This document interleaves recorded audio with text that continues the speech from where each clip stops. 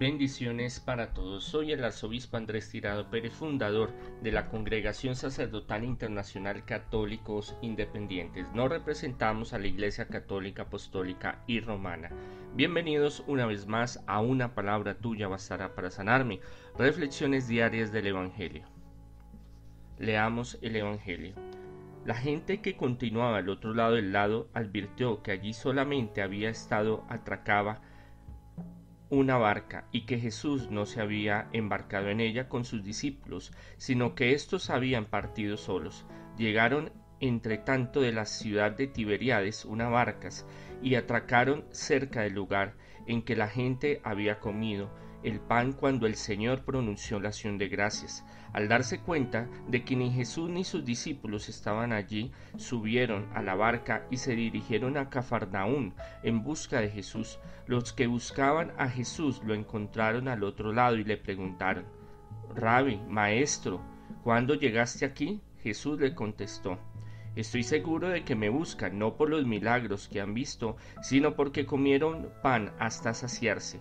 Debían preocuparse no tanto por el alimento transitorio, cuanto por el duradero, el que da vida eterna. Este es el alimento que les dará el Hijo del Hombre, a quien Dios Padre ha acreditado con su sello. Ellos le preguntaron: ¿qué debemos hacer para comportarnos como Dios quiere? Jesús le respondió: lo que Dios espera de ustedes es que crean en su enviado. Palabra del Señor, gloria a ti, Señor Jesús. Por medio de este Evangelio se han perdonado nuestros pecados. Amén. Juan nos sitúa en un lugar en el cual están siguiendo a Jesús. Continuación, él mismo lo dice, de ese proceso en el cual están siguiendo a Jesús y hace poco es un tiempo indeterminado, pero que habían recibido esa alimentación de la multiplicación de los peces y de los panes. Es algo importante porque ellos están siguiendo a Jesús, no saben dónde están, no saben cómo hacen, no han visto a los apóstoles, no han visto a Jesús, dónde está, qué está haciendo, y lo buscan a él hasta que lo encuentran en Cafarnaún. Entonces le dicen: bueno, maestro, Rabí, le dan ese título. Quiere decir con respeto, con dignidad, reconocen su sabiduría, su conocimiento, y le dicen: ¿cómo fue que llegó allá? ¿Cómo es que está allá? ¿Cómo llegó? Si vimos que no había barco ni no se vino con nosotros, ¿cómo hizo para llegar acá? Jesús le rehuye la respuesta, la contestación, porque él hace un análisis y les dice qué es lo que ellos quieren. Le dice su verdad en la cara. Les dice que ellos solo vienen no por los milagros. Milagros es un concepto que Juan utiliza mucho, no solo como el milagro como tal. Es que voy a que me sane, voy a que me libere, voy a que me exorcice, voy a que me sane una enfermedad, voy porque es el Mesías que va a salvar al pueblo judío de los romanos. No, milagros es la autenticidad de lo que él está haciendo, que viene desde el Antiguo Testamento. Es la confirmación, sus signos y milagros y prodigios confirman que él viene a traer sanación, liberación, prosperidad, muchos milagros, pero todo está encadenado, está unido a la presencia del Padre, que desde el Antiguo Testamento ya había dado a través de los profetas esa profecía, ese mensaje, esa revelación de que iba a venir el Mesías a salvar a su pueblo. Entonces por eso él les decía, les recordaba, les decía: ustedes no vienen, han visto lo que yo he hecho, pero ustedes no vienen por eso. Ustedes buscan otras cuestiones muy diferentes. Entonces él se vale de ese argumento, él se vale de esa confrontación, de esa revelación que está haciendo con ellos, que es muy parecida en el contexto de nuestra vida, y es una palabra que podemos reflexionar. Hoy la palabra de reflexión es: ¿buscamos a Dios por un interés solamente material o realmente el espiritual y el eterno? Es muy importante que nos hagamos esa pregunta, esa reflexión en el día, para que nosotros analicemos un poco qué es lo que hacemos al buscar a Dios. ¿Solo un Dios que nos solucione los problemas y ya? ¿O realmente amamos y queremos y profundizamos en el mensaje de Dios y queremos que Dios esté con nosotros, aprender de Él, conocer de Él y recibir la vida eterna? Recibir ese pan que viene bajado del cielo, ese pan que es eterno y ese pan que es la salvación material y espiritual. Sino porque comieron pan hasta saciarse. Entonces Jesús vuelve a en esta perícopa, en dos partes de esta perícopa, de este texto bíblico. El primero es el asombro de ellos al hacer Jesús prodigios que no tienen explicación científica. Esto lo denota mucho Juan para darle ese realce y para que vean de que muchas veces solo pensamos en los milagros que Dios hace como muy puntuales solamente. No, pero Él hacía muchos milagros y su manifestación era en diferentes formas, en diferentes áreas. Y el otro les está diciendo de que ellos comieron hasta saciarse, recordando los milagros eucarísticos, que podríamos hablarlo de esa forma, una precognición de la Eucaristía, y de los milagros de saciarlos con el pan y los peces, que viene con una conexión desde Moisés, que eso lo hablábamos hace unos días, que Moisés les dio con el poder de Dios el maná, y para ellos el maná es fuente milagrosa y es fuente de protección y es fuente de alianza, y es una visión que ellos tienen muy importante del Antiguo Testamento. Y es más, libros apócrifos del Antiguo Testamento, que también existen libros apócrifos o libros secretos o libros clandestinos, para que lo podamos entender así, decían que el Mesías tendría que venir, y cuando Él viniera traería de nuevo el maná, traería de nuevo el pan de Dios. Entonces esto confirma de dónde viene Jesús, para dónde va y qué es lo que quiere. Deberían preocuparse no tanto por el alimento transitorio, cuanto por el duradero, el que da vida eterna. Él les está empezando a explicar, después de que los confronta y mira sus intenciones, Él aprovecha esta oportunidad para que ellos tengan una reflexión más profunda, para que su visión no sea tan corta y solo ver algunos beneficios materiales, sino algo mucho más eterno, mucho más sublime, mucho más duradero, mucho más importante, que Él les está ofreciendo. Él es el maná, Él es el Hijo de Dios, Él es la salvación, y es eterno, y es sublime, y es maravilloso, y es lo que verdaderamente les va a saciar en su mente, en su cuerpo y en su espíritu, y que vamos a poder conservar y llevar a la vida eterna. Por eso la profundidad en que Jesús les está recordando a ellos el por qué deben de buscar no solo a Dios, no solo al Hijo del Hombre, no solo a Jesús, por un interés o por que les sacie sus necesidades básicas, por llamarlo de esa forma, sino por fe, sino por buscar una trascendencia, buscar realmente el alimento que va a permanecer dentro de ellos, el que les va a dar felicidad, el que les va a dar la verdad, el que les va a dar la libertad, que es el Espíritu Santo, la presencia de Dios, de Jesús en nosotros. Y eso es algo muy importante que nosotros debemos de buscar. Cuando ustedes hagan oración, cuando ustedes le pidan a Dios, no solo pidan las cosas materiales, casa, carro, beca, trabajo, lo sentimental, la salud, que son importantes, sino lo espiritual, el reino de los cielos, la bendición de Dios en nosotros, el recibir ese alimento realmente en nuestro organismo, mente y espíritu, que nos va a permitir trascender. Y a veces nos olvidamos. Acordémonos que Dios se mueve, Dios obra sus milagros es por fe, no por pesar. Que por pesar nos ayuda, que es diferente, pero Jesús, Dios, la Santísima Trinidad no se mueve por solamente por ese amor hacia nosotros, por tenernos pesar o misericordia, sino por la fe que nosotros tenemos y creemos en Él. Por eso los milagros que narran en los evangelios, los más impactantes, son milagros donde Él mismo evalúa la fe y ve que hay fe verdadera, y por eso se hacen los milagros verdaderos. ¿Cómo podemos llegar a esos milagros materiales y espirituales? Con esa fe y convicción verdadera en Jesús. Es algo que tenemos que trabajar todo el tiempo, porque caemos en la cuenta como estas personas que lo siguen, pero ellos lo siguen es a ver qué más les puede dar. Y sí, nosotros, obviamente, lo material es muy importante, pero no es lo que nos va a hacer feliz eternamente.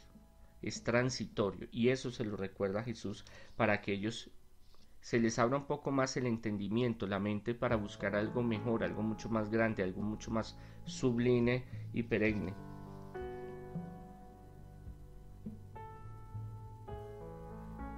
Cuanto por el más duradero, el que da vida eterna. Este es el alimento que les dará el Hijo del Hombre, a quien Dios Padre ha acreditado con su sello. ¿Quién da ese pan duradero? Es el Hijo del Hombre, es Jesús, que el Padre ha depositado todo ese conocimiento, ese poder, esa salvación en Él, y Él se lo transmite a los que lo quieran recibir. El alimento que le dará el Hijo del Hombre, a quien Dios Padre ha acreditado con su sello. ¿Qué es un sello?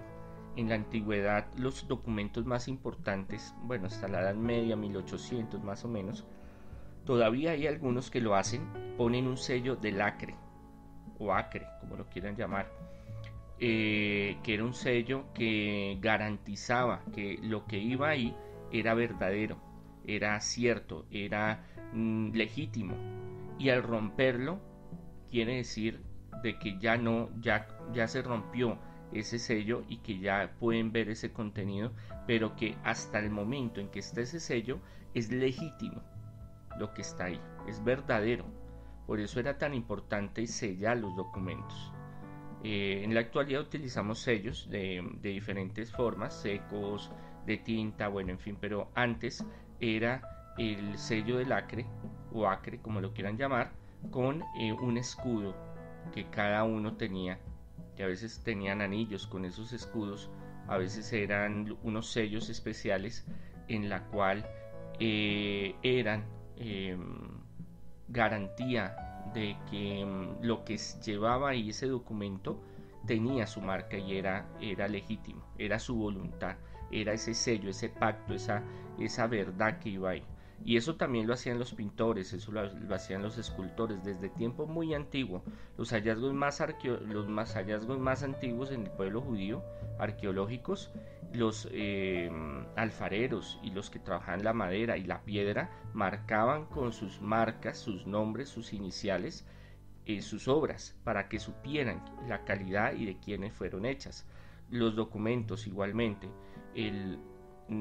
se encontró uno de las pruebas de que Poncio Pilato realmente fue procurador romano en Judea, en Galilea, en Israel, fue el anillo que encontraron a él, un anillo muy sencillo que haciéndole pruebas encontraron de que sí era de ese siglo y que sí era de él, y en el cual utilizaba para sellar sus documentos.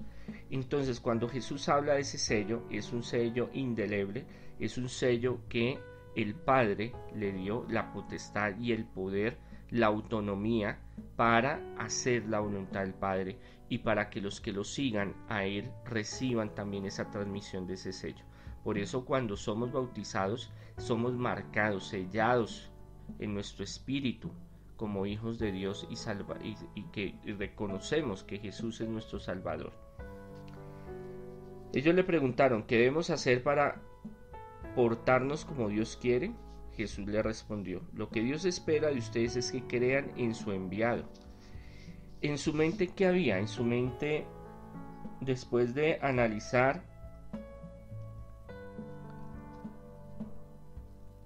y ver lo que había sucedido y cómo Jesús los había enfrentado, ellos llegaron a la conclusión de que lo que les está ofreciendo Jesús, lo que les está hablando Jesús, ellos también lo quieren tener, porque se dan cuenta que no es algo solamente material, sino que tiene una implicación espiritual, y aquí vuelve y se revela Jesús como el Señor y dador de vida dado de su Padre. Él está testificando de Él, y ellos en su mentalidad y en su forma de entender las cosas como que analizan y dicen, bueno, entonces, ¿cómo hacemos? ¿Qué hay que hacer? Porque ellos están acostumbrados a los ritos judíos, y los ritos judíos eran el sacrificios de animales, de frutas, de ciertas de saumerios, de ciertos rituales de purificación. Entonces ellos decían, bueno, enséñenos, díganos cómo hay que hacer, qué hay que hacer realmente. Y Jesús va a la conclusión, una conclusión muy concreta, muy semítica, muy puntual, que es que crean en su enviado, en el enviado del Padre. ¿Qué quiere decir eso? Que todo lo que ha hecho, lo que está haciendo y lo que hará Jesús, deben ellos de aceptarlo con alegría, con entusiasmo, con amor, para poder llegar a recibir esas bendiciones materiales y espirituales. Y que no solo se fijen en Jesús como un solucionador de sus problemas materiales, sino el dador de la vida eterna, y reconocer que fue enviado del Padre, y que lo que Él está haciendo es lo que transmitió el Padre al Hijo y la enseñanza del Padre al Hijo, y que el Hijo ahora lo quiere transmitir a los que lo están siguiendo. Pero ellos, obviamente, por su forma de pensar, de actuar, de analizar las cosas, todavía no entienden bien cómo es el proceso. Ellos todavía no saben cómo agradar a Dios, ellos no saben cómo hacer para recibir esas bendiciones. O sea, está ahí, llegó y se han presentado milagros y se han presentado fenómenos y cosas extraordinarias, pero todavía ellos no saben bien, todavía no entienden quién es Jesús. Aún los apóstoles. ¿Por qué? Porque necesitan de la revelación, y la revelación es Jesús, y Él mismo se revela a ellos para que ellos no es de que tengan que hacer cosas que ellos creen que por tradición se deberían hacer, sino que es un cambio, cosas físicas que tenían que hacer, sino que es un cambio interior, una amplitud en su pensamiento, en su espíritu, para recibir esa grandeza del Señor, reconocer a Jesús como el enviado de su Padre, que es Dios, que es lo que más difícil y complicado le es entender a los judíos y a los que lo seguían, porque ellos esperaban, como lo he dicho muchas veces, a un Jesús mesiánico, a un Jesús davínico, a un Jesús guerrillero, un Jesús materialista, un Mesías materialista. Cuando Él les ofrece esta opción, que es mucho más poderosa, porque Él les está explicando qué es lo que está sucediendo, ellos ya empiezan como a entender cuál es la metodología, y que el mismo Jesús los va conduciendo y les va enseñando qué es lo que tienen que hacer. Y que se ve algo tan fácil, pero a la vez es algo muy difícil, que es entregarse completo a Dios, es aceptar, es comprender, es recibir en nuestro corazón y en nuestro ser a Jesús como Salvador, como dador de vida. Y eso es algo muy difícil, porque es entregarnos completamente a la voluntad de Dios.